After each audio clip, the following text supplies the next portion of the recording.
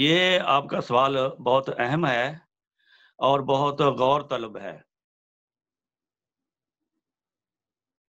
حضرت رسول کریم صلی اللہ علیہ وسلم کو اللہ تعالیٰ نے جو شریعت دی ہے وہ موسوی سلسلہ کے مشابہ قرار دیا ہے کہ آپ کے حالات وہی ہوں گے جو موسوی سلسلہ کے مشابہ، یعنی کہ مثلا حضرت موسیٰ صاحب شریعت نبی تھے اور حضرت محمد رسول اللہ صلی اللہ علیہ وسلم آخری شریعت کے مالک تھے، صاحب شریعت تھے۔ ٹھیک۔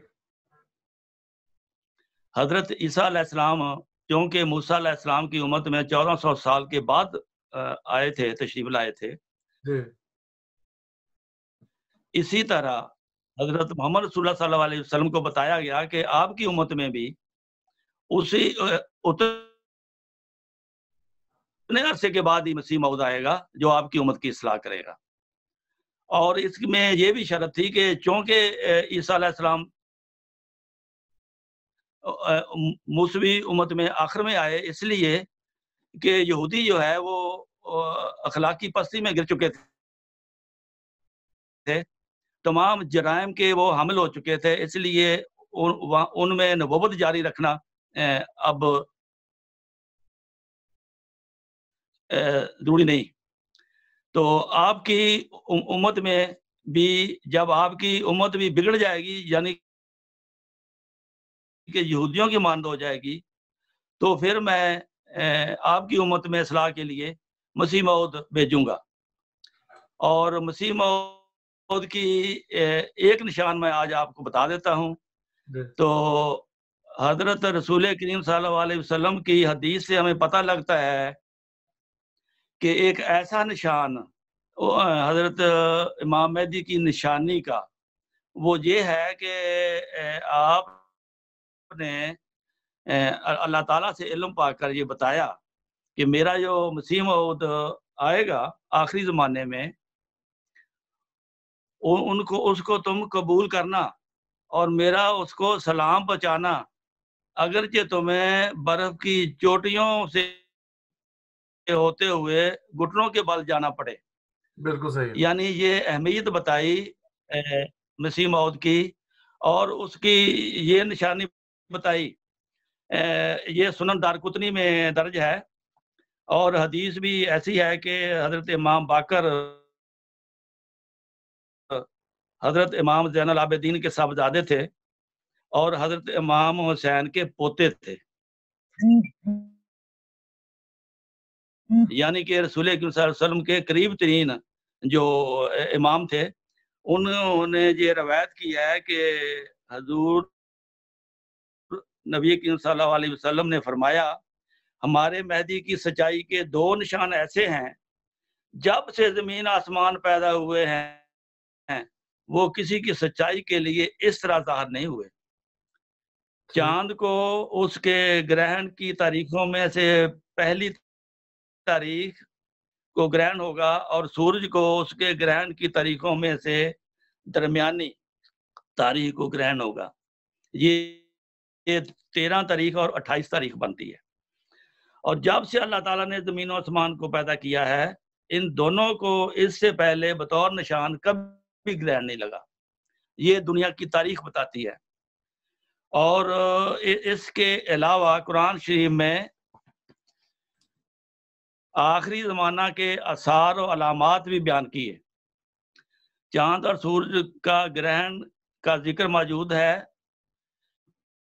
اس حدیث میں امام مہدی کی صداقت کے اس عظیم الشان نشان کی مزید تفصیل یہ ہے، جس کے ظہور سے قبل دنیا اس کی شدت سے منتظر ہوگی۔ چنانچہ یہ نشان عین 14ویں صدی کے سر پر رمضان 1894 میں ظاہر ہوا۔ چاند کی 13، 14، 15 تاریخوں میں سے پہلی تاریخ کو 13 ماہ رمضان کو گرہن لگ گیا، اور سورج گرہن کی قمری تاریخوں میں دوسری تاریخ یعنی 28 رمضان کو، جی یعنی کہ 6 اپریل کو گرہن ہوا۔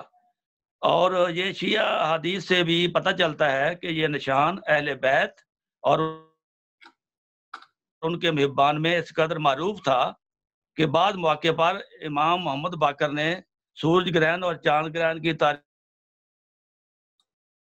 بھول کر غلط فہمی سے الٹ بتا دیں، تو اس وقت سامعین میں سے ایک شخص نے اٹھ کر عرض کیا کہ اے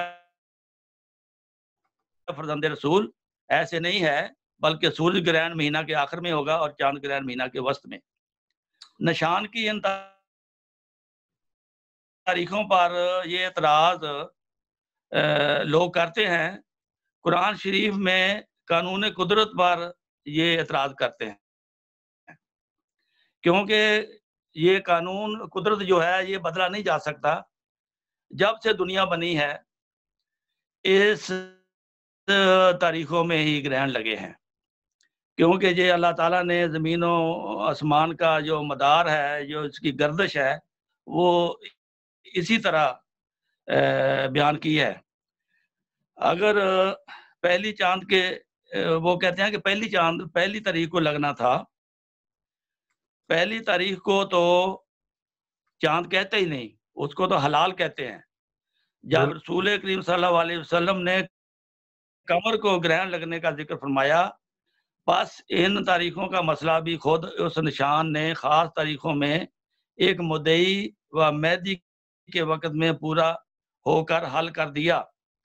اچھا، اس وقت جب یہ گرہن لگا، اس سے پہلے حضرت مرزا غلام احمد قادیانی نے یہ دعویٰ کر دیا تھا کہ مجھے خدا نے اس زمانے کا امام بنا کے بھیجا ہے، میں آخر الزمان امام ہوں، میں مہدی ہوں جس کی پیشگوئی کی گئی ہے۔ اس وقت کے علماء کی اگر تاریخ اٹھا کے دیکھو، بہت سے علماء نے یہ حدیث پیش کی کہ بنا پھرتا ہے یہ امام مہدی، سورج گرہن تو چاند گرہن تو لگا نہیں ماہ رمضان میں، اور یہ واحد نشان ہے جو کسی اور نبی کو بھی نہیں دیا گیا، اور کبھی یہ ایسا کسی کے لیے بھی یہ نشان نہیں ایسا، صرف امام مہدی کے لیے۔ یہ کتنا بڑا نشان ہے، اس کا انکار کرنا ناممکن ہے اگر دل میں بے ایمانی نہ ہو۔ اس کے بارے میں ایک اور بات مولویوں اور پاکستان کے اینکروں کو مخاطب کر کے کہتا ہوں کہ اگر آپ کے نزدیک مرزا غلام احمد قادیانی سچا نہیں ہے اور خدا کے حضور آپ نے ایک دن پیش ہونا ہے، قیامت کے دن اللہ تعالیٰ جب عدالت لگائے گا تو ہم لوگ سامنے کھڑے ہوں گے، احمدی بھی ہوں گے، پھر آپ لوگ بھی ہوں گے۔ ہمیں اللہ تعالیٰ اگر یہ پوچھے گا کہ آپ کے نزدیک مرزا غلام احمد قادیانی کیسے آپ نے مانا اس کو، وہ تو نبی نہیں ہے، اگر آپ کی بات وہ اللہ تعالیٰ مانے گا، ہم تو یہ جواب دیں گے کہ اللہ تعالیٰ تیری بتائی ہوئی بات، تیرا بتایا ہوا نشان رسول کریم صلی اللہ علیہ وسلم کے ذریعے ہم نے دیکھا اور ہم نے اس کو قبول کر لیا، لیکن آپ کے پاس کیا جواب ہوگا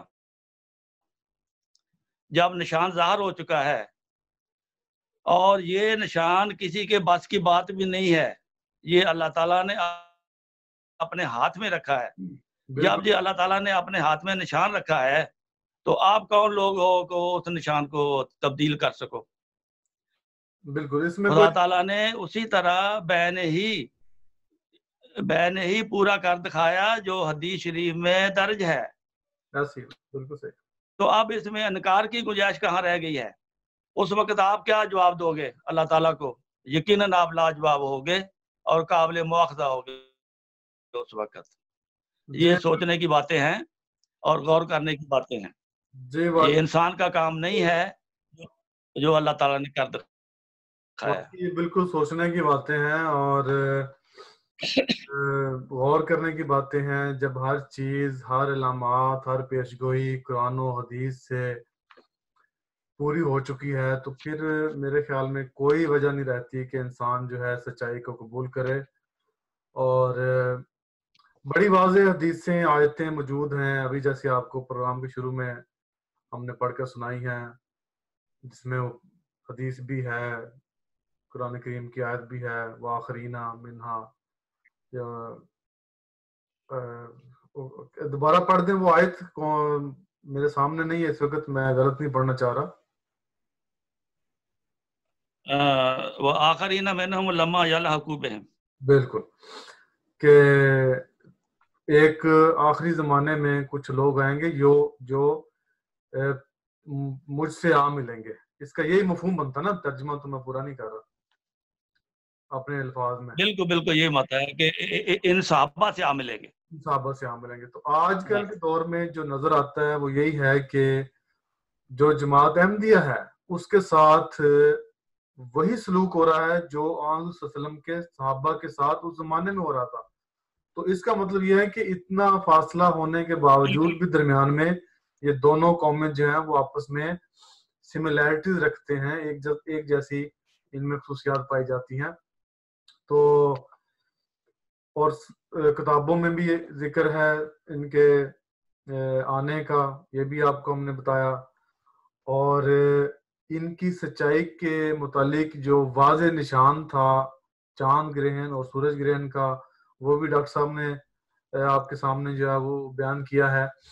اور اس کے بعد کوئی جب اتمام حجت ہو جائے تو کسی کے پاس کوئی بہانہ نہیں ہونا چاہیے کہ وہ سچائی کو قبول نہ کرے. تو ڈاکٹر صاحب نے آپ کو یہ بھی بتایا کہ آن صلی اللہ علیہ وسلم نے جو ہے جو خواہش کا اظہار کیا کہ اگر تم مسیح موعود کو اپنے زمانے میں پاؤ اس کو جا کر ملو، اس کو میرا سلام دو، اور چاہے تمہیں برف کی چوٹیوں سے گھٹنوں کے بل بھی چل کر جانا پڑے تو جاؤ. اب آپ مجھے یہ بتائیں ناظرین کہ جب اتنی واضح نشانیوں کے بعد مسیح علیہ السلام کی صداقت ظاہر ہو جائے اور آن صلی اللہ علیہ وسلم کا پیغام اتنا سخت ہو کہ میرا سلام دو چاہے تمہیں اتنی برف کی چوٹیوں سے، میں جو مراد وہ لیتا ہوں کہ یعنی تمہیں سخت تکلیفوں کے باوجود بھی اس تک جانا پڑے تو اس کے پاس جاؤ اور بیعت کرو اور میرا سلام پہنچاؤ. تو ناظرین اس کے بعد کسی کے پاس کوئی اتمام حجت رہ نہیں جاتا سچائی کو قبول کرنے کا.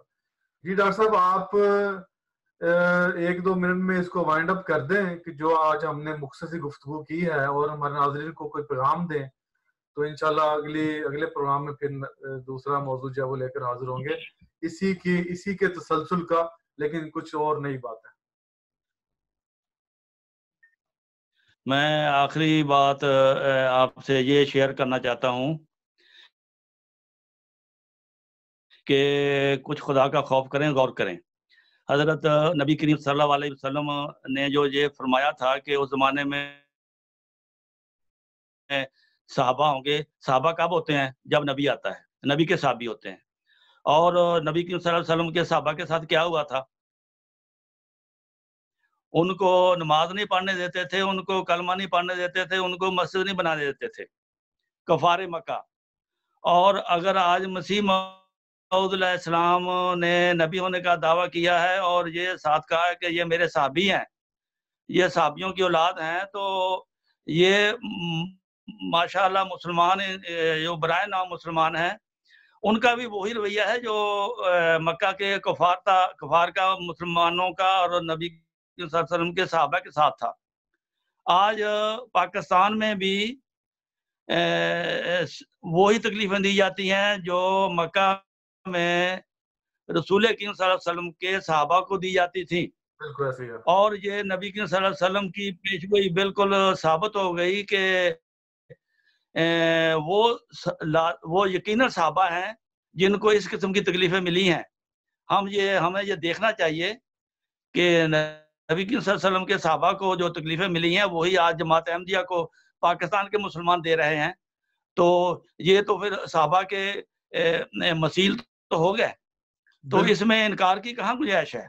بالکل. اور اس کے ساتھ آپ کو یہ بھی بتا دوں کہ اللہ تعالیٰ نے اس کے باوجود نبی کریم صلی اللہ علیہ وسلم کو کامیابی عطا فرمائی، اور ان تکلیفوں، ان دکھوں اور ان قانونوں کے بن جانے کے بعد بھی اللہ تعالیٰ کے فضل سے جماعت احمدیہ دن دگنی رات چوگنی ترقی کرتی چلی جا رہی ہے. آپ کی یہ مخالفت جماعت احمدیہ کا کچھ بھی نہیں بگاڑ سکی اور نہ بگاڑ سکتی ہے.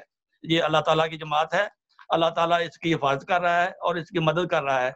یہ اللہ تعالیٰ کا وعدہ بھی ہے, جب تک ہمارے اعمال اچھے رہیں گے اللہ تعالیٰ ہماری مدد کرتا رہے گا. تو اللہ تعالیٰ آپ کے ساتھ ہو, اللہ تعالیٰ آپ کو سمجھنے کی توفیق عطا فرمائے. بالکل ایسی ہی ہے. بلکہ یہ جو آپ نے ابھی بات فرمائی ہے کہ جو پاکستان کے مسلمان ہیں یا دوسرے جو مسلمان ہم کو کہتے ہیں, وہ جو جماعت احمدیہ کے ساتھ سلوک کرتے ہیں, یہ ان کے اپنے منہ کے الفاظ ہیں کہ ہم جماعت احمدیہ کے ساتھ وہ سلوک کر رہے ہیں جو مکہ کے مشرکین جو ہے وہ مسلمانوں کے ساتھ کیا کرتے ہیں. یہ آن دی ریکارڈ بات ہے, یہ ان کے مولوی جو اپنے منہ سے یہ بات اس بات کا اعتراف کر چکے ہیں. تو جب ساری تو یہ تو انہوں نے خود ثابت کر دیا نا. ہاں جی, انہوں نے خود ثابت کر دیا, اپنے منہ سے اس کا اقرار کر لیا. اقرار. ہاں جی. تو ناظرین, آپ نے آج کی گفتگو سنی. آپ ہمیں آپ اپنا فیڈ بیک ضرور دیجیے گا. کوئی سوال ہو تو ہمیں کامنٹس میں لکھیے گا, ہم آپ کے سوال کو بھی جو ہے وہ شامل گفتگو کریں گے, اس کا جواب دینے کی کوشش کریں گے. لیکن برائے مہربانی جب سوال آپ کریں تو شائستہ الفاظ میں کریں, تہذیب کے دائرے میں کریں. ہم یہاں پر کسی کی مخالفت نہیں کر رہے, کسی کا پرسنل جو معاملہ ہے اس کو نہیں چھیڑ رہے, کسی کی ذاتی زندگی کے اوپر ہم کوئی بات نہیں کر رہے. ہمارا ادھر مقصد صرف یہ ہے کہ ہم اپنی جس کو ہم سچائی سمجھتے ہیں اس کا جو ہے وہ پرچار کریں, اس کا جو ہے وہ آپ کو بتائیں, ثابت کریں. لیکن ہم آپ سے بھی یہ امید رکھتے ہیں کہ جب آپ کامنٹ کریں یا کوئی بات کریں تو پلیز تہذیب کے دائرے میں رہیں. کوئی ایسا کامنٹ گالی گلوچ نہ آئے تو آپ کی بہت مہربانی ہوگی. اس کے ساتھ ہی آج کے پروگرام ختم ہوا. ہمیں اجازت دیجیے, اگلے پروگرام میں انشاءاللہ پھر ملیں گے کچھ نئے سوالات اور نئے مضمون کے ساتھ. لیکن ہمارا جو مین ٹاپک ہے وہ یہی رہے گا, سچائی کی تلاش, حق کی تلاش. اس میں آپ ہمیں ویو دینا چاہیں تو موسٹ ویلکم. تو ڈاکٹر صاحب آپ کا بہت بہت شکریہ, آپ نے آج ہمیں ٹائم دیا. تو انشاءاللہ اگلے پروگرام میں آپ کو پھر زحمت دیں گے. تب تک کے لیے ہمیں اجازت. اوکے, جزاک اللہ. جزاکم اللہ. اللہ حافظ. السلام علیکم ورحمۃ اللہ.